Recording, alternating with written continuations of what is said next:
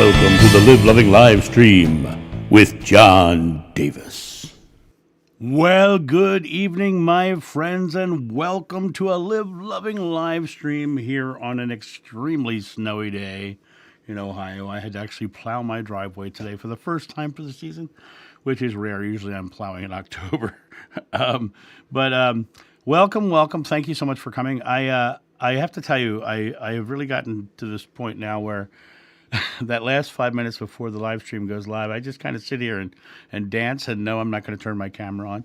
I was just enjoying the jazz music.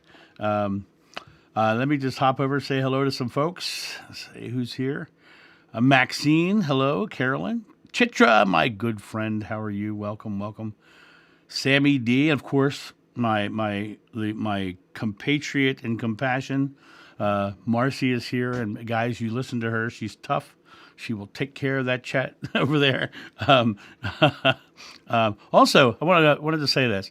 Marcy is pushing subscribers on her channel right now, and she's going to be giving away 2 of her readings when she reaches, I think it's 2,000, Marcy, I think it is. When you guys, if you guys haven't subscribed to her channel yet, go over, subscribe, and leave a comment, and you can be in her drawing when she hits 2,000. I'm sure she'll get there quickly. So go over there and subscribe if you haven't, and get in her drawing. Let me keep on going down here. Sammy D. Yes. Okay. Oh, it's funny you're asking about spiritual warfare, Sammy D. I actually have a video coming out on the 24th on spiritual warfare, so you'll get my insight on that. That video is much more in depth than I could say here. I think it's a contradiction, because if you're spiritual, you can't be into warfare. So that's the Reader's Digest version of that answer, and that video on the 24th will go much further in that. Pearl Strad, welcome to your first live with John. It's a pleasure to see you here. Thank you and welcome. Denise Paul, my good friend, how are you? I hope you're doing well. Glad to see you're here. Kuldeep, welcome back. You were here before. From Canada. You probably are colder than we are down here. Bright Love. Let's see who else we have here. Cherland, welcome. Bree, welcome, new here. Glad to see you. Thank you for showing up. Cindy, I see. I'm supposed to call you Cindy. Hi, Cindy. How are you? Amsterdamsel. Hi, that's awesome. That's an awesome name. Welcome. My sister Patty's in the house, and I mean that quite literally. My sister's in the house, so be good, everyone. Jumping down. Sally, welcome. Who else? Irene, welcome. Kayenta, what a great name. What a cool name. You are so welcome to go. Larry, my man, has arrived. Larry is in the house. It is Friday. You are correct, Laura. Jumping down. Marie, welcome. I feel like I'm doing the reverse of Kim Carey. I'm doing my checkouts in the beginning. Zipping down. Okay, so let me kind of hello Jenny W. Let me also say and Terry, you as well.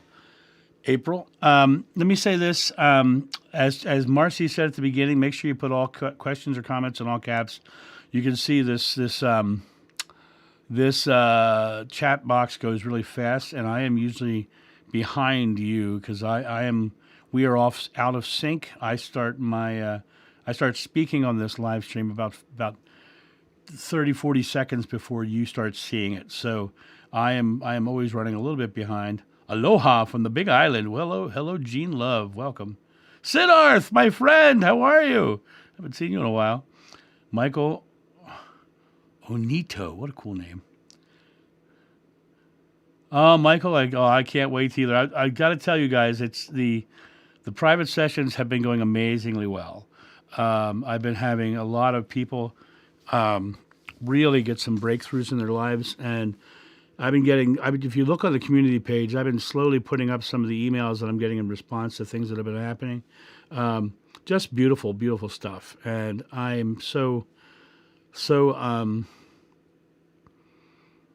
in awe of how people are stepping into their own power and really changing their lives. And it makes me just completely happy.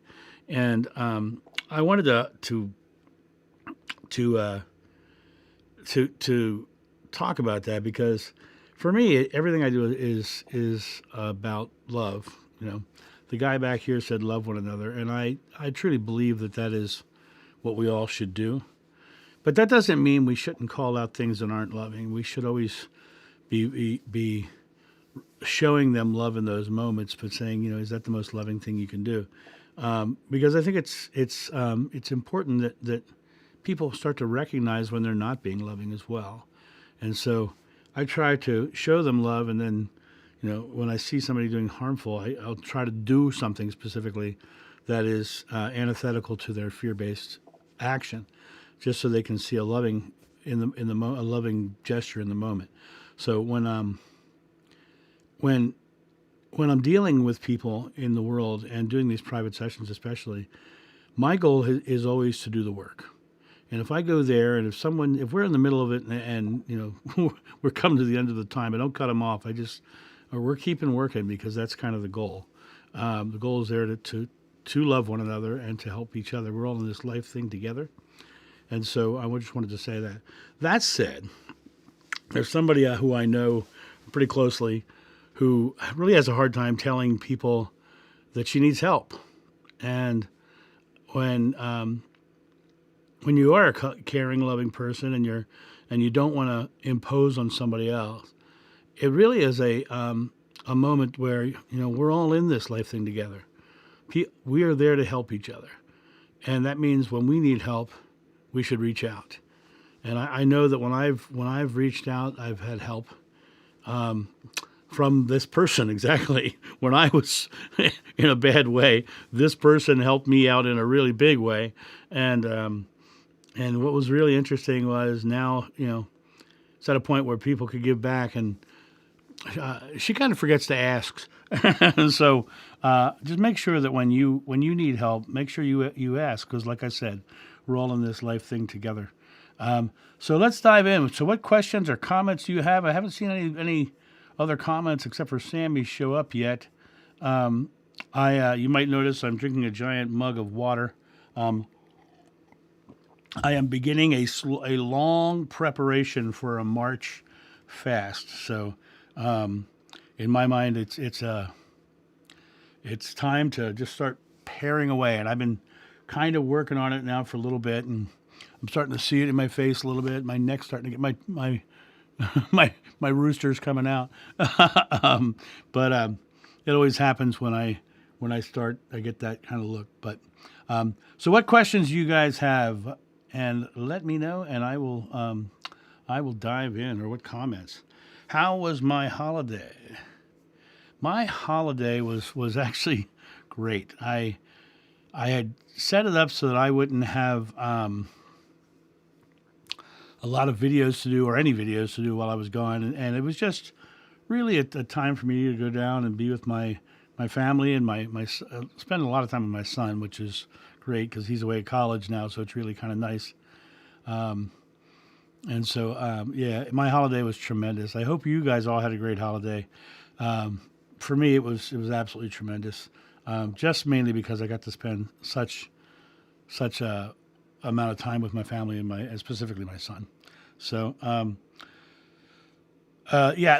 so I don't really have any questions coming up from you guys. So let me see if I can think of another topic to kind of dive into, unless you guys have something you'd like to talk over. Talk about the veil, please. What does it mean? Okay, that's an interesting thing. Now, just like Sammy, I'll say this. I have a video on the veil coming out. Hang on, I'm going to look it up. It's a longer video on the veil, and it is coming out. It is scheduled to come out on the 26th. What I'm doing right now, just so you guys know, is I am currently stacking videos into queue so that by the time summer comes, I can have a longer video break. And so what I'm doing now is I'm currently recording 2 videos a day, so that I can start catching up and be way ahead by summer. So that's kind of what I'm what I'm doing. Because if I can do that for 30 days, I can get a month off of making videos, which would be lovely. So so let me jump over and see some of these comments that are coming in now.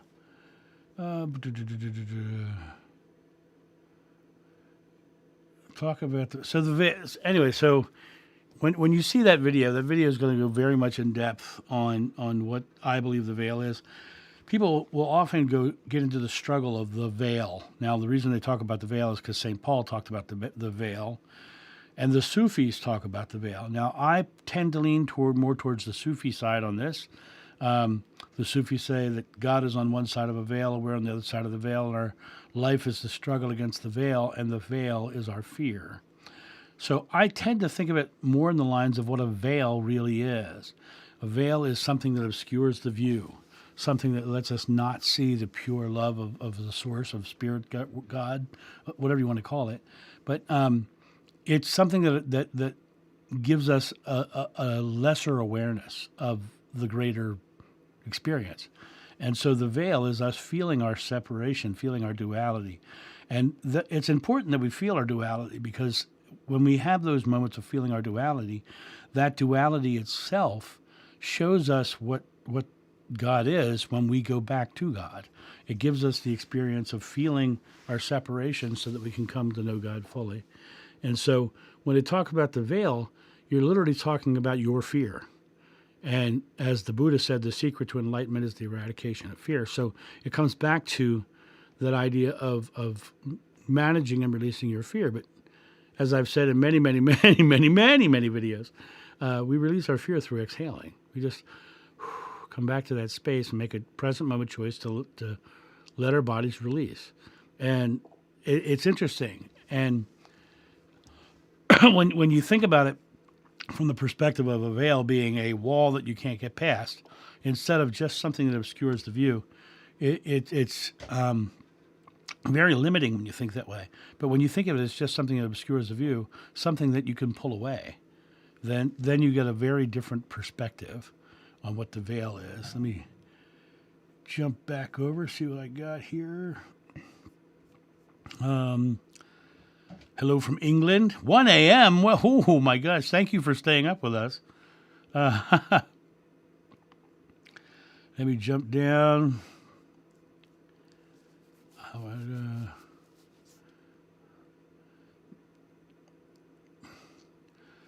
Yeah, Carolyn, I love this question. Kundalini Awakening. What does it happen when he wants? I had what people call a Kundalini rising or a Kundalini awakening. And it's very interesting because I had no idea what it was when it happened to me. I was in a tent with a guy who knew exactly what it was and said to me, I've been trying to have one for years and you just had one. So what's really interesting about that perspective of that, my personal experience with it, was that what I was doing was warming my body up. And I was bringing this energy up from my lower, up to my top. I was literally, my feet are warm, my shins are warm, my knees are warm, my thighs are warm. I brought the heat up, and it came all the way up to my chest, and it wouldn't go any higher. And then I tried to force it, and it wouldn't go. And then I heard a thought that said, relax into it. And which was a great lesson, by the way, relax into it. Exhale, release, come back to your present moment fearless. And when I did that, it was like this feeling, this full experience of oneness with everything. There was no heat, there was no cold, there was just, everything was wonderful and beautiful and loving and wonderful and bright and white. It was amazing. But let me say this. What it is in meditation, Hinduism, and all that, it's coming up the chakras. The Kundalini is the lowest, is the root chakra. And what they're doing is they're bringing the energy up the body to the crown, right? I personally don't follow a chakra system. I think our very nature is to be one with God. And what I was doing was, by saying I am bringing this up, I was literally just awakening myself to my personal divinity. And I think that's what a Kundalini rising or a Kundalini awakening is. I will say it can happen anytime, and it can be done many times over. And quite honestly, for about a month after I had that first one, I used to have spontaneous ones, like bam, bam, bam, over and over again. And I'm not special. I'm just someone who is. People like to call me naive, I found out today. But I don't think it's naivete as much as it is not being encumbered by the beliefs of the world. And by not having those beliefs, I'm doing what the Bible says, where it says, you must become as a child to enter the kingdom of heaven. I'm going back before belief. And that's been my entire struggle from when my mom told me spirituality is a personal journey, go find what you believe. I went and I studied, and I studied everything from Native American studies to, Buddhism and Hinduism and all the books, and you see them back here as well, And what I have found over the years is I need to just strip everything away. And so the more I strip away, the more big spiritual experiences like the Kundalini Awakening. But it's not a one-time deal. It's just an experience you have when you release the physical and you get, once again, I'm going to say it, present and fearless. That's my perception of it. Let me dive back down. How do you keep in such a loving mindset? There are times, my friend, where I'm not in a loving mindset. There are times, my friend, where I have my own struggles, my own moments and for me, it always comes back to when someone's not loving, when someone's being harmful to another. I will sometimes get in my own anger about it. But then when I find myself in those states, I say, why am I afraid? What's making me afraid? Because all negative emotion is rooted in some fear somewhere. And I can always figure out what the fear is. And one of my biggest fears is when I see atrocities in the world, I get mad about the world not being loving. And I have to go, wait a minute, that's dumb, because I'm creating, and see how I beat myself up even in that moment, right? Right. But I typically just choose to smile and laugh, and when I see people in the world, I smile and laugh with them. And but I'm not always. My sister will tell you I'm not always in a loving mindset. Sometimes I'm in a real sarcastic mindset. So I just look that way on video. But thanks for the question.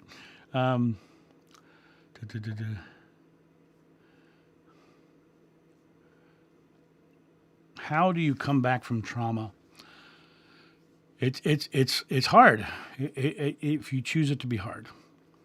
There comes a moment where you have to say, that was that part of my life, and I am in this part of my life. There comes a moment where, and I've said this in many private sessions even, you're the author of your life. You have to put a period at the end of the last chapter. Start writing something different. Start writing something new, but choose to make it good. Choose to make it positive. There are too many people who have a traumatic event and then choose to become a victim of that event for the rest of their lives. But until you say that part of my life is over, and that's a big key, segmenting it, that part of my life, that chapter is over. I am moving forward. That's how you get past trauma. If you continually dive into the trauma, you're going to stay in the trauma. I know a lot of people who have been diving into their trauma through various treatments and things for years. And, I know one now who's been doing it for over 40 years. Nothing changes because she keeps going back to that rather than letting it go. And it comes down to that. You have to be born again. You have to clean your slate. You have to become that child that's, to get into heaven, you have to clear and come back to a clean slate. Your life is and every moment of your life is a moment of potential. And in that potential is just a choice. Am I choosing to be a victim of my past experiences, or am I choosing to be very present and know that I'm creating my next experience? And if you choose to create your next experience, you sit in this moment, you go, I am so happy that this is coming into my life. I'm so joyful that this is happening. And then you when you start to become empowered that you're a creator of the experience, then the trauma has no hold over you. But until you say, I am a victim of, as long as you say, I'm a victim of, then you're going to stay in that state. Robin Williams said, yeah, if you don't look back if you want to go forward, or you just run into a tree. And he's right. You're going to run into a tree if you keep looking back at the trauma behind you. So it's a matter of literally saying, I am starting new. That part of my life is over. Too many people live in the world saying, this is how life is. This is how life is. It's the people who say, that is how life has been, but now I am doing this that change their lives. And so you've got to realize you have to stop looking back and start creating forward. I hope that answers your question.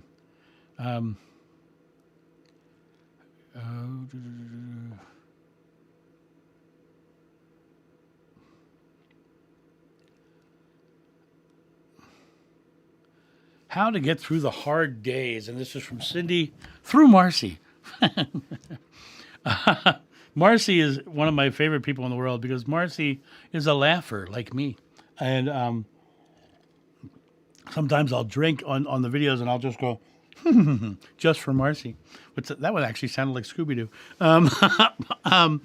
But I wanted to, how would like to know how to get through hard days. God speaks to us in feelings.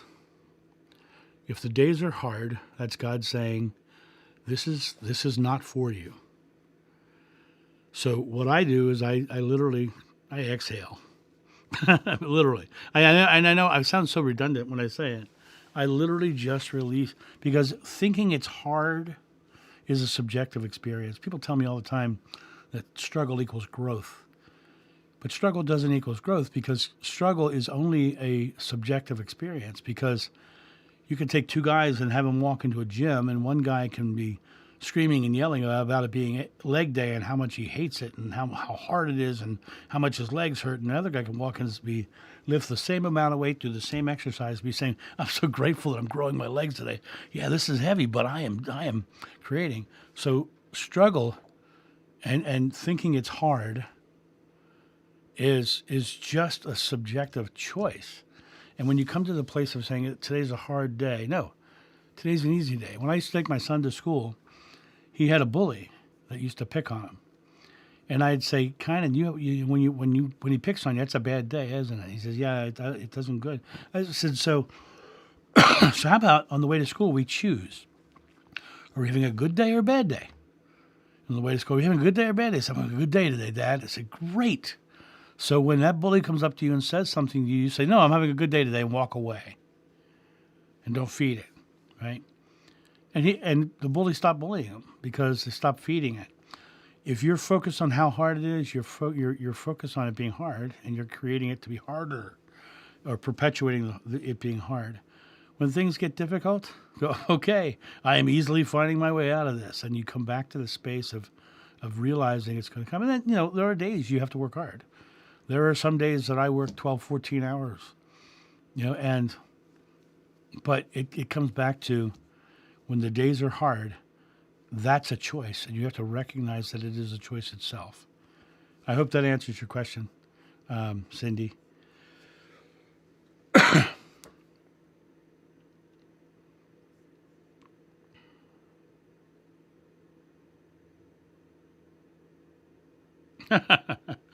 I'm sorry.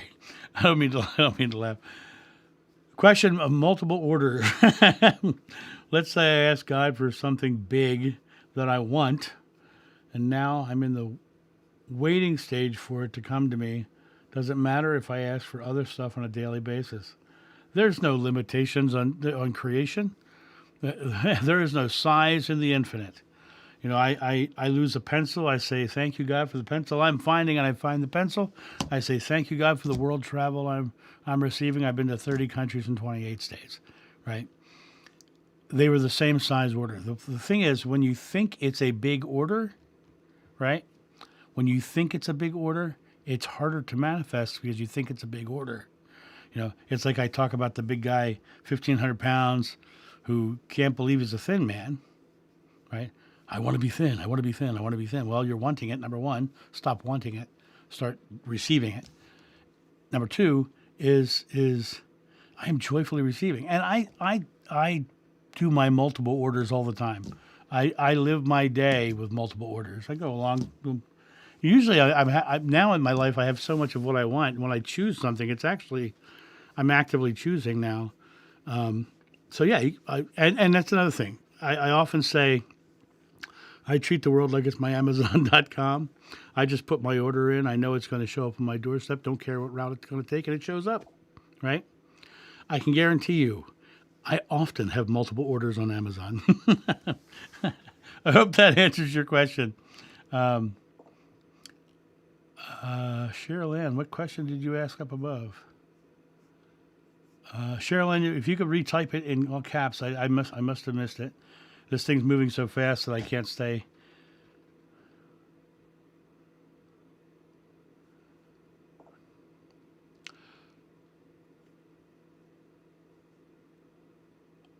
The Sophia Christ. This is a very interesting. This is a very interesting concept, construct.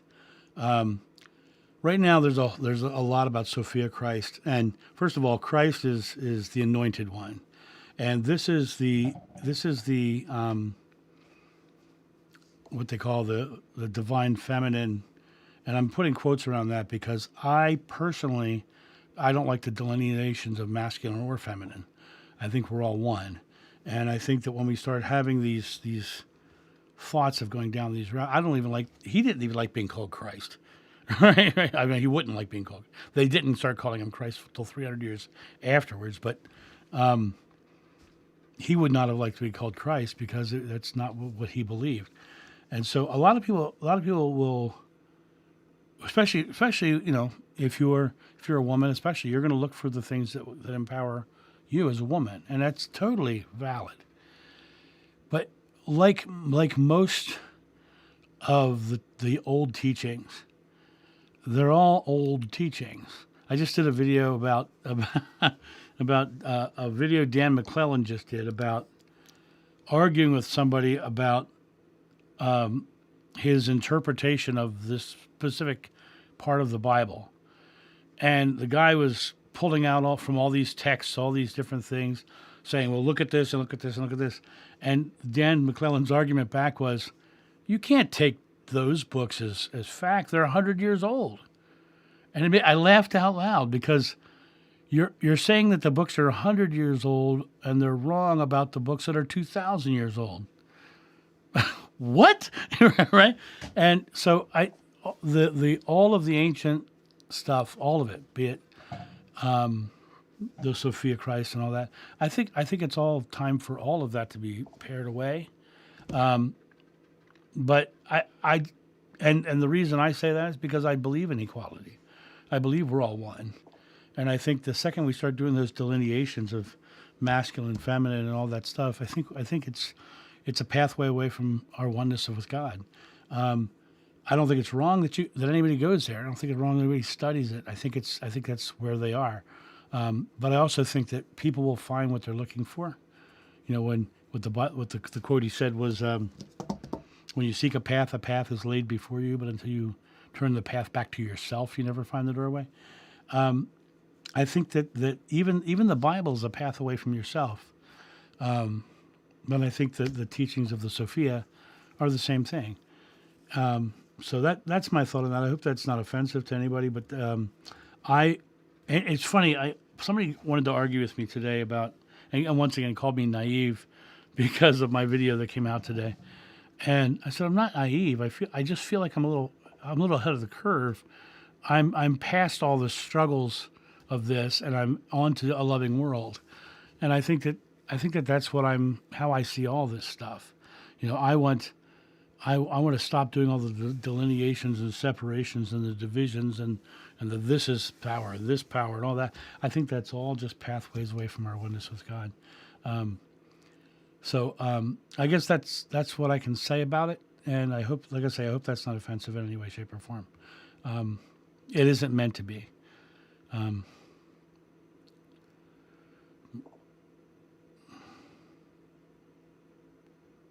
Jumping down.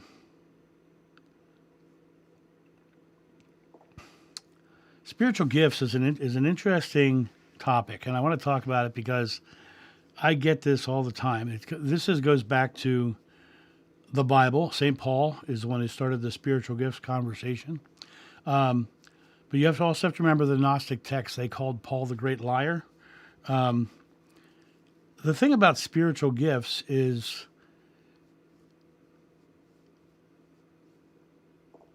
people tend to think of people because they say spiritual gifts. These are the gifts that I've received, or the gifts that I have. And in reality, everybody has all of the same abilities because everyone's part of the oneness of God.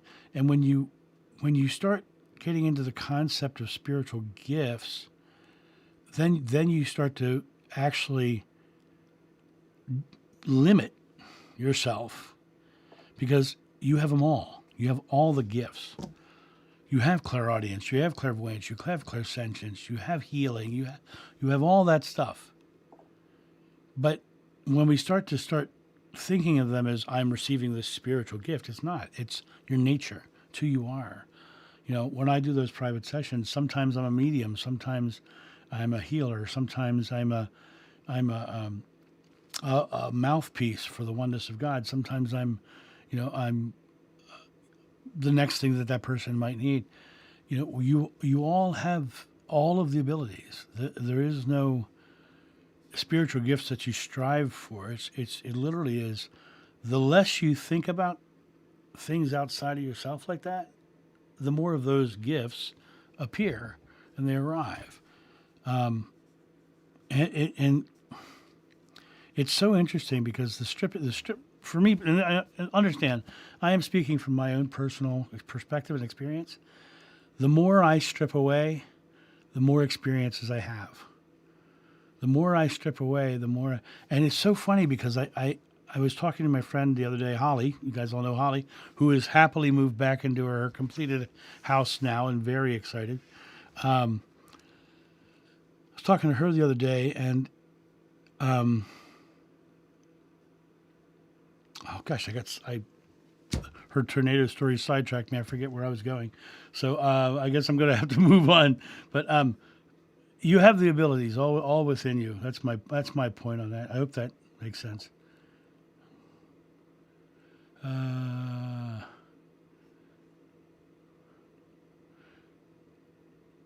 What do I think of NDEs?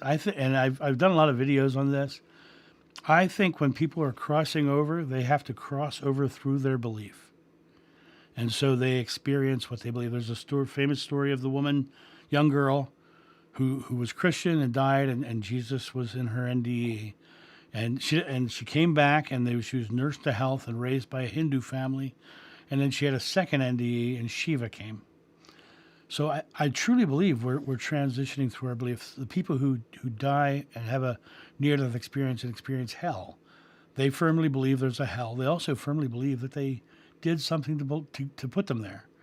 So they have to transition through that belief.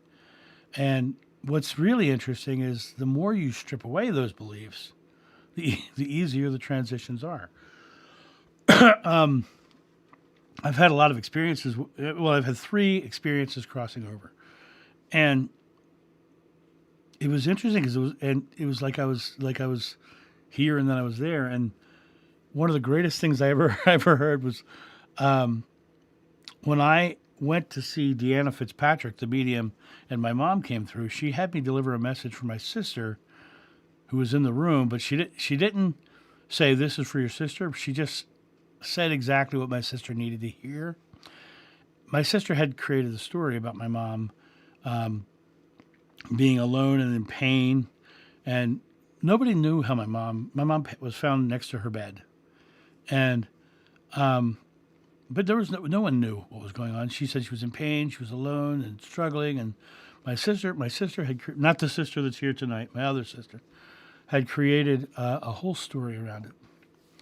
And my mom came in and she says, you need to know, I was right where I wanted to be. I was in no pain.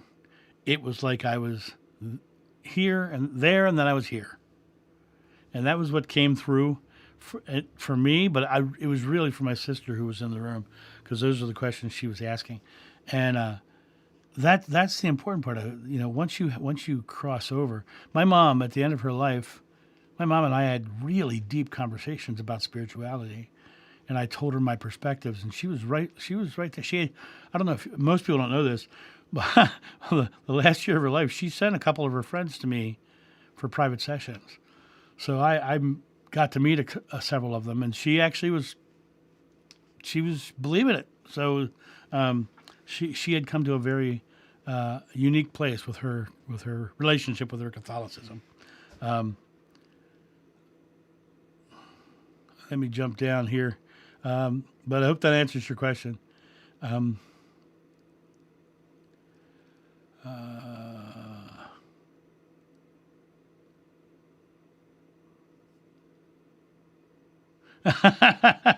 Cindy, you're right. I'm going to say exhale. I want to say this. The word ego only means awareness of self. It means it's actually literally means the awareness of the I, right? People have taken the word ego and made it off in all these different definitions, but it only means the awareness of I. That's why you'll hear me talk about it and say, you can be so aware of yourself to the exclusion of others and be a narcissist, or you can be so aware of others to the exclusion of yourself and be highly empathic. But it really comes down to balancing.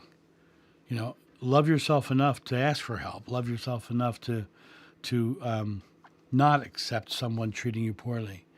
You know, that's loving yourself. That's balancing, right?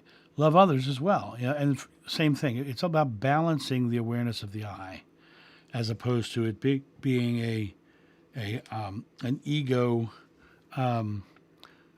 that has a broader definition than that. It literally is about the balance. Okay. Sarah, hello, welcome.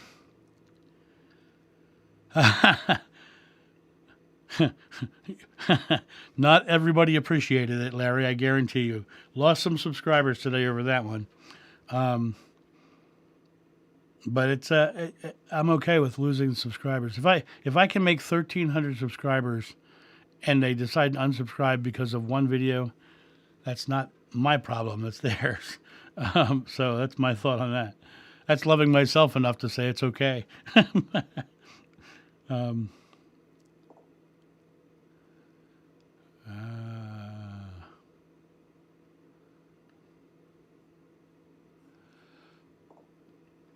So I love this question because I see colors every night. But I will go back. After my first Kundalini rising, yes, I started to see what would look kind of like a lava lamp of colors moving around. And I discovered I could grab them with my mind and I could manipulate them and move them. I also discovered that if I tried to look at them in my mind, they would move off to my peripheral. But now when I go to bed at night, I lie down and the first thing I close my eyes and I'm very aware of the room. Like I know I'm in the room and I'm experiencing the room and hearing all the noises and everything. And then I actively bring my consciousness into being inside of my body as being connected to it. So now it's kind of like I'm looking at the back of my eyelids. And as I'm sitting there in that body and I'm not actually connected to it, I start to see the colors move. And I said something on a live stream several months ago that was a big shift for me. The colors were moving around, and I'd look, and they would move off to the periphery. And suddenly I heard a voice, and the voice said, "There are no eyelids." And then it was like, and the second I realized that I was saying I'm looking at my eyelids, I realized I was creating a limitation to what I was doing. And that limitation itself kept me from being able to see it. So by saying, oh yeah, there are no eyelids, because we're all in this just oneness of God. This is all an illusion of belief. Believing in the eyelids themselves was keeping me from seeing it. From that point on, I could see the colors. And now I'm having a very different experience. Not really ready to define it yet because I'm still experiencing it myself, figuring it out. But I will say it's been very enlightening. And I see lots of colors. I see a lot of blue and I see a lot of purple, violet, that people would say. Usually a darker purple for me. I see a lot of white light. Many times when I'm sitting in love, I can see the bright light coming in from the sides, just right beside me. That's a very interesting experience. So that's my experience with colors. How do I feel about it? It's an interesting thing. I feel like it's a normal conversation. I mean, when I'm writing my book, I feel my mom's presence. I feel her sarcasm. Every so often, my friend Bill, who you may have heard me talk about before, he played King Henry VIII at Renaissance festivals. He was 6'8" and over 500 pounds. And that, whenever I'd see Bill, he would pull me into a hug, and my head would hit his chest. My glasses get all out of whack, right? Head would hit his chest. Every so often, Bill pops into my mind, and I feel that chest hit my face. I know that I talk to Bill. Sometimes I feel the presence of Jeshua. And when I do the private sessions, I will oftentimes bring messages through for people from them. And I'm going to say this again, just so you're clear, so everyone's clear. I don't do that by I don't define myself as a medium. So I define myself as someone who opens up to the oneness of God, and whatever comes through, comes through. So someone can't, if you come to me and say, I want to talk to my Aunt Tilly, I'm not the person who's going to do that. If Aunt Tilly wants to come through, great. But I'm not the one that's going to do. I'm just going to open up to whatever comes through. So I want to be clear about that. If you want to go to a really good medium, though, check out Deanna Fitzpatrick. She's very good.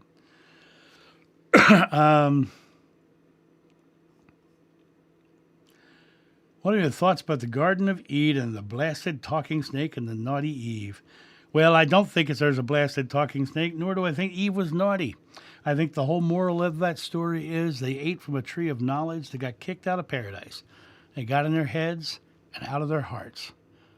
They started going down these pathways of religion and doctrines and dogmas and ceremonies. And in those days, human sacrifice, all those things, they were going down all these things to try to find their way back to God, not realizing that God is a feeling. God talks to us in feelings. You know, the concept of getting kicked out of paradise. For me, paradise would be a beach, and for somebody else, it might be a mountain. Paradise is a subjective feeling. It's a feeling. I'm in paradise. And so we get in our heads and we lose our paradise. We lose our connection. The story of Adam and Eve is really about that, eating from the tree of knowledge and getting kicked out of paradise. That's my take on it anyway. Yeah, see, I love that. Thank you for clarifying, Chitra. Love that. Beliefs are limiting. I agree with you, Mark.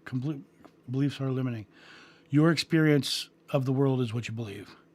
And if that's true, then like I said, with seeing my eyelids was the limit. And then, but suddenly I said there were no eyelids. It was like, oh, my life was changing. I love peeling glue off my entire body. And when you get to that moment and it feels weird, just that's the moment. That's the moment where you exhale. That's the moment where you go, and you, as they said to me, relax into it. As God said to me, relax into it. That's the moment where you step into just letting go. And they say let go and let God. That's the moment when it feels like it's peeling off. Let it peel. Let it peel. There's got to be a song there somewhere.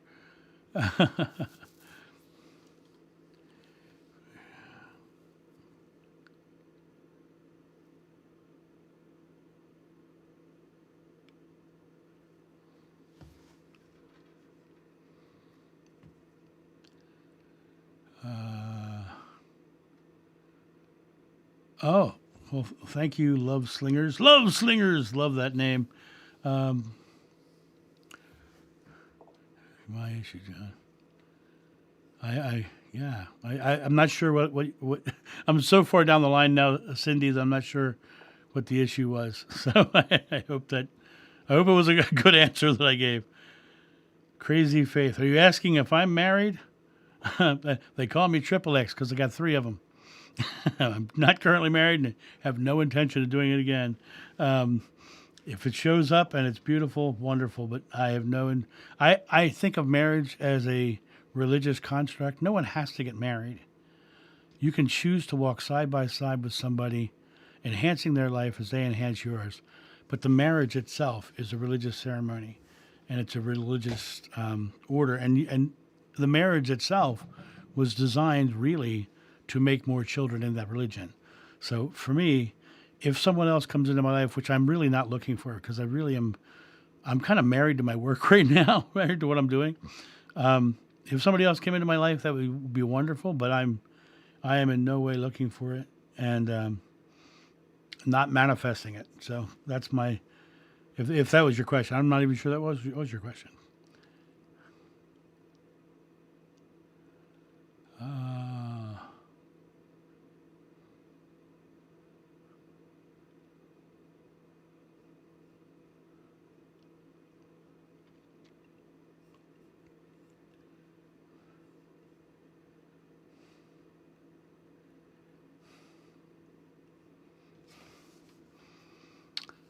So I want it behind me.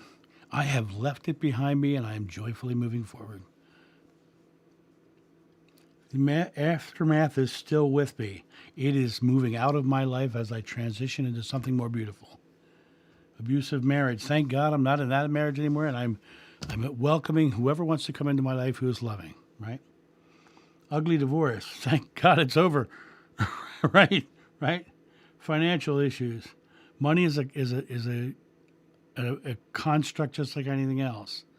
Finances are a construct just like anything else. I tell the story about Alex Ferrari. He was twice. He was a manifestation method for me. Thank you, God, for the abundant income I am receiving to pay off all my debts by my birthday. Next day, I was contacted by Alex Ferrari. Then a couple weeks later, the video went live, and if people would have booked me for a private session the day before that interview, they could have talked to me within a week. But instead, suddenly, I'm currently booking November right now. So that was huge. And then a few months ago, you guys know I bought a new truck, and I had $10,000 in the account, and I was using it as a down payment. But because of my career and because of that debt that I had during COVID, they offered me an 18% loan.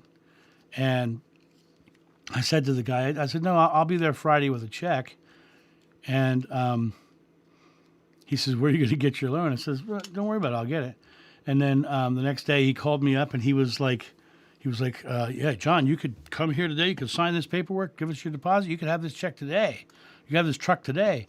And I was like, no. It kind of annoyed me that he contacted me, really. So I'm sitting here talking to him. He's on the phone. I opened up my email. I had an email from PayPal saying that because of all the increased sales, you're eligible for PayPal loans. So they gave me a $25,000 loan while he was still on the phone. And I hung up the phone. And he says, I said, I got the money. I'll be there Friday with a check. He says, what kind of terms did you get? I said, if I tell you my terms, they're going to make you sick. I go, okay, what are your terms? He says, well, it's a one-time 10% fee. And it pays itself off for every sale I make on PayPal. It takes a small percentage until it's paid off. They said that the loan would be paid off in 8 to 10 months because of the volume of sales. Well, right after that happened, and I got the truck and I brought them. Right after that happened, the second interview with Alex Ferrari went live. The truck was paid off in 62 days. So finances are just beliefs. I had said I am receiving, and I believed it. The one day I said thank you for the unexpected income I'm receiving. I found an envelope on the ground, and it was made out to me. I tell that story often. So, your belief in financial issues will create more financial issues. It really comes down to what you believe about this specific moment is what's coming into your experience. But if you stay focused on aftermath, still with me, abusive marriage, ugly divorce, financial issues, you're going to continue to live in that experience. This is how life is. This is how life is. This is how life is. No. This is how life has been, but now I am doing this. You've got to step into control of your co-creation because you are a co-creator. I've said this on one of the interviews. You are the inspiration. God is the paint, the paintbrush, and the canvas. But what goes on that canvas with the paint and the paintbrush is only coming from your choice. So stop choosing to look back. And like Robin Williams said, don't run into a tree.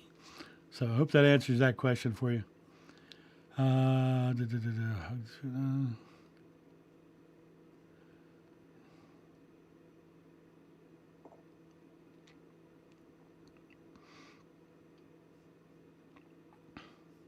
you think water was really turned into wine? I think all things are possible because this is an illusion of belief. And I truly believe that. Right? I think it all comes down to your faith, what you can believe.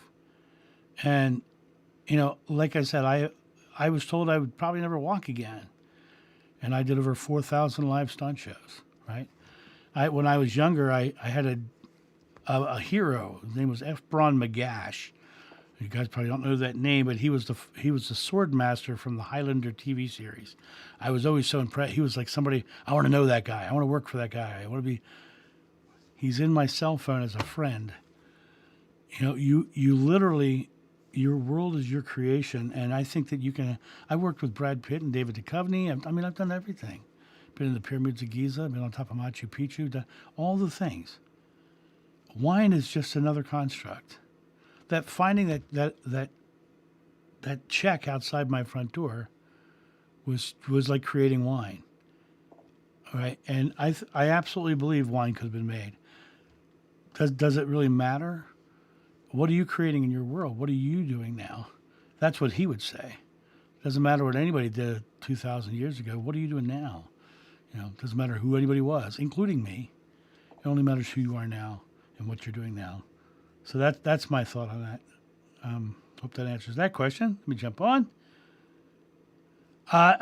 Joe, I've talked about this several times. He always was playing with kids. He always joked with kids. He teased with kids. He just had fun with. He treated everybody beautifully, and kids especially. One of the things that I found really interesting in my life with my son is I chose to treat him like a person without information rather than a child. And we never had terrible twos. He learned sign language before he could speak. He never had terrible twos, right? It was good, and and now I'm very he's very proud of him. He's a very loving kid. The day we went to help Holly, he just kept I turned around and he was hugging Holly again. It was like Holly was like, "That is so beautiful," So yeah, I think that Joshua would treat them that way, so that they could have an experience like that and live their life that way.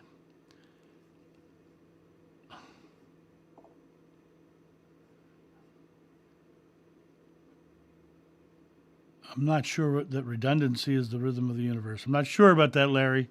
You might want to explain that one to me sometime. I think all healing works. It depends on if the person's believing it or not. I think every method modality works. Joshua picked up mud, spit on it, rubbed it on the blind man's eyes, and he was cured. There's no place else you'll find somebody picking up dirt and making mud and rubbing it on somebody's eyes or somebody's wound like that to heal them. You're not going to find it in the Bible, the Bhagavad Gita, the Quran. You're not going to find it anywhere else. But that blind man never saw the world. He needed something tactile to put faith in. It is your faith that heals you. If you believe sound healing is going to work, it's going to work. You believe placebos are going to work, it's going to work. You believe Reiki is going to work, it's going to work. It always comes down to the belief. I have been blessed to watch people with real serious issues heal them, sometimes instantly. But it's always about taking them to their faith in the moment, bringing them to their belief, because their belief is what heals them. So my thoughts on sound wave healing feels good. I knew a man who played a carillon, and people swore they were getting healings from his bells. And they believed they were getting healing from his bells. So, but it's always about the belief, not the modality.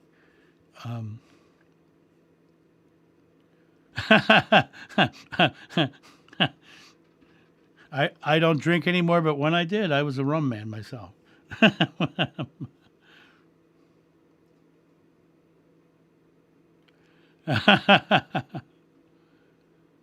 Did I see Abe Froman's here? Abe Froman, the Sausage King.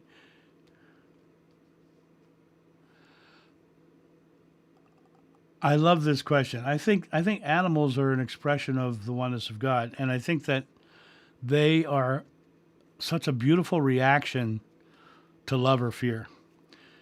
I remember my brother had a dog named Bones. My brother-in-law had a dog named Bones.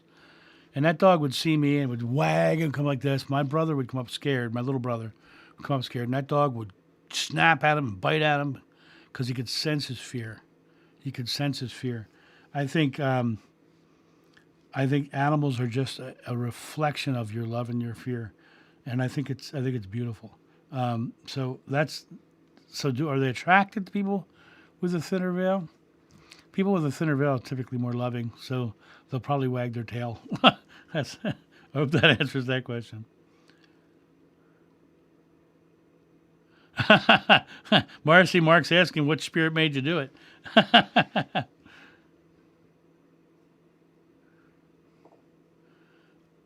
Maria, I love this. It was, oftentimes we have those moments of trauma or experience, but it's the having that experience and then empowering ourselves out of them. A lot of people don't empower themselves. They anchor themselves to them and get held back in life. And I think that it's beautiful. That was a good shift for you. I'm going to try to zip ahead here, guys, because it's coming up to 9 o'clock, and I want to have the rest of my Friday night. Jumping down. Looking for favorite story about Jeshua. When I think of Jeshua, there's so many just moments, but one that just makes my heart sing is I just have this one tiny memory of sitting on the side of a road eating figs and just laughing. And there's a big tree here. Jeshua was there. Mariam, Ishti is what he called her, was like laughing and leaning into his chest. Like, it was like, oh my God. And we were just enjoying our day in the sun. And that, to me, was the whole life with him. I mean, it just that living that experience. It was beautiful. Oh, I'm glad you like Dan McClellan, Pearl Strand. I think that he's an amazing man.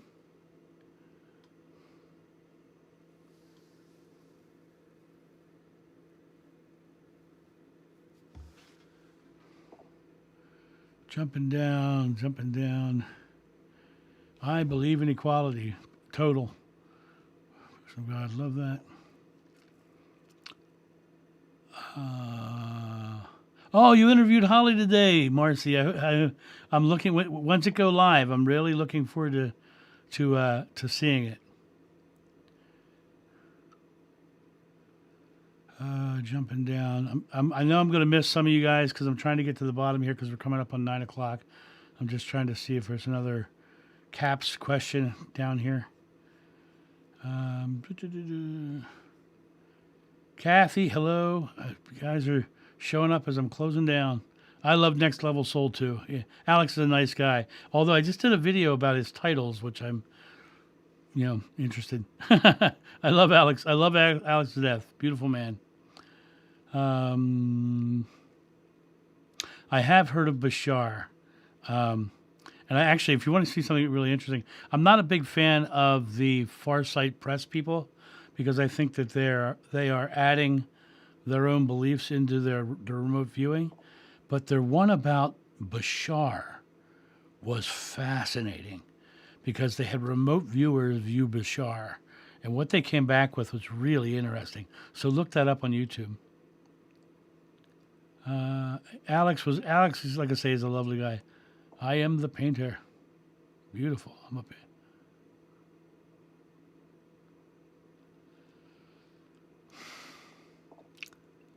Larry, that's an interesting question. What point? I think it's been an ongoing evolution for me. I've been stripping away for so long. I stripped away Catholicism first, and then I went to Buddhism and Taoism and Hinduism, and I just started studying everything. And I found breathing in all of it. They don't call it the breath of God for no reason. And so I also studied the constructs of the physical reaction to fear. And to find that thing that we all do and store air in our lungs, that's just known science, right? And so to me, I was marrying the science and the spirituality together and came to that realization. When I came to that realization, everything simplified. Everything simplified for me. And it's been proven true over and over and over again. I helped my friend who was having severe anxiety attacks just by telling him, every time you have one, just exhale. He stopped having anxiety attacks because anxiety is just fear run amok. And so he'd have an anxiety attack, he'd stop, he'd just exhale, come back to his centered place. Somebody said yesterday, the sacred neutral. And I kind of like the statement, the sacred neutral. Don't be offensive, don't be defensive, just stay in the sacred neutral. So I hope that answers your question, Larry. Rich, there's a whole video on you just search 5D on my channel. You'll find the video I did on that.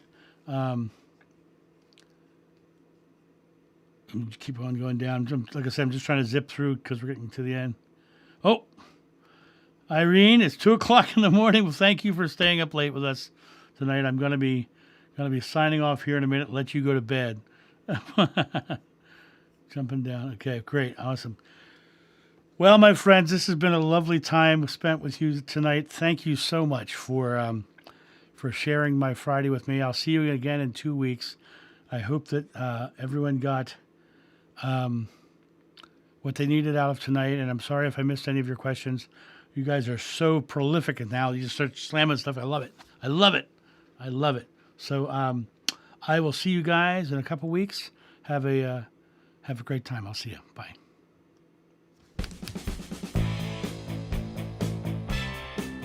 Thank you for joining us at the Live Loving live stream. Don't forget to like, subscribe, share, and visit us at johnofnew.com.